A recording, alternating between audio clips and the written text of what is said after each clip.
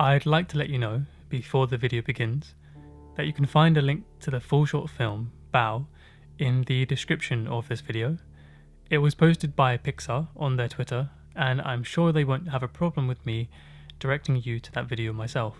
And so if you'd like to watch the film and come back to this video, I think that would be great. Since the first Pixar short film, The Adventures of Andre and Wally-B, the filmmakers and animators at Pixar have relied heavily on the personification of animals, objects, and now with the latest short film, Bao, they've started telling stories with food and creating characters that we're able to decode and relate to in various ways. In previous short films, such as The Blue Umbrella, the main characters are personified by simply adding facial features and adding colour to the characters that imply a conventional boy meets girl scenario. This is quite a basic way to personify a character. In fact, in the same film, there are more creative and endearing ways that the street characters are anthropomorphized in their natural designs. The drains, street signs, and even post boxes are able to display more convincing emotions than the main protagonists of the film, the umbrellas. And so this begs the question, how do Pixar effectively personify their characters to advance the story? I think the most successful way that the personification or anthropomorphization has been portrayed in their short films is in the short film Lava, where the main protagonists are literally an embodiment of the environment they're singing about. Looking at the iconography of the film, there are a lot of things to look at to tell us about the characters. The song that's being sung, with its island guitar acoustics and the look of the character, quite resembles Israel Kamakawiwo, who famously sung Somewhere Over the Rainbow, amongst some other great songs, and was a popular figure in Hawaii and around the globe until his unfortunate death of June 1997.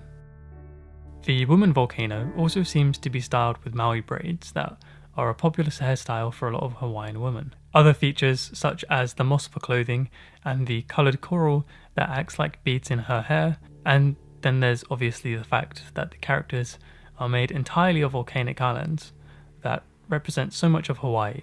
Realistically, there are so many parts that make up the characters that the audience will associate with memories and experiences in their lives and project it onto the characters in the film. This is pretty much how Pixar will tell a story without any narrative-based dialogue. They'll give us enough information about the characters that will project our experiences and knowledge on the subject and fill in the gaps ourselves. This is pretty much the case for the short film Bao. On the surface, we get a lovely short film that highlights the ups and downs of motherhood from the perspective of a lonely Chinese lady. And from a first glance, the story is told very well with a clear and concise narrative. But I'd like to look at the beginning of the film that introduces us with little Bao. I think that by looking at the themes and conventions of Bao's introduction, we're able to look at the film more closely and see why the film's narrative is so effective. The first time that we see Bao, the film tells us exactly what kind of relationship that he and his mother have with one another, with a pretty clever way of representing a newborn child in what looks like a wicker basket. And straight away, it becomes very obvious that the mother sees Bao as her little boy. So then throughout the rest of the film, their relationship develops as Bao grows and grows physically and in ways you'd expect a normal boy to grow up. What makes this aspect of the film so effective is the acceptance of the audience regarding the little dumpling that suddenly becomes alive. I believe it's the anthropomorphization of Bao and any other character featured in Pixar's short films. Pixar maintains the characteristics that are associated by their real-life counterparts. The Bao roll that you see in real life is a small and squishy little dish that relies heavily on its filling in order to maintain its structure and life. And so in the film, this is used as a key plot device that allows the mother to bond with her little boy. Because of this, every instance of food in the film can be used to describe the relationship that Bao and his mother have with one another. Feeding Bao in the beginning of the film to look after and nurture him is when they have a good start to their relationship. And this sentiment is then repeated a lot in the film, as Bao grows up, all until their relationship begins to struggle, which again is shown through the use of food. He begins by rejecting the donut from his mother and slowly becomes more independent by getting his own food from the fridge and rejecting the food made by his mother.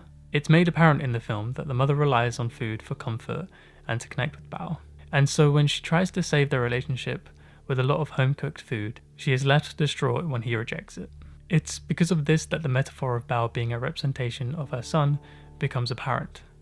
When she finally realizes that her son has become entirely independent, she eats Bao as a way of coping with her son there. The film uses food in a very clever way to describe the relationship that she has with her son. And by making Bao a piece of food, the thing that she and her son bond over the most, the reality of the situation becomes a lot more hard-hitting to find out her real motives of the film. Looking at these icons and the way that they're personified may only add a little bit of detail to the film, but overall it acts as a layer that the film includes to make more detailed characters, and a film that gets you to relate in the most simple ways.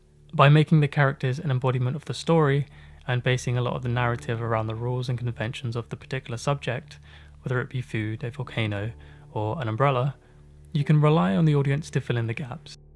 All you have to do is keep things simple. If you haven't already seen the short film, or you'd like to watch it again, you'll find it linked in the description below. I'd also like to say thanks for the support I got from the last video. I thought I'd really try hard to make a video for you guys as soon as possible to show my appreciation. So make sure you rate the video to show me what you thought of it. And if you'd like to, you can subscribe to see more. Last time I asked you to write Coco Blonde in the comments to show me that you got to the end of the video. This time, I'd like you to write Live Long and Prosper to tell me the same thing. Anyway, my name is James Hayes, and thank you so much for watching.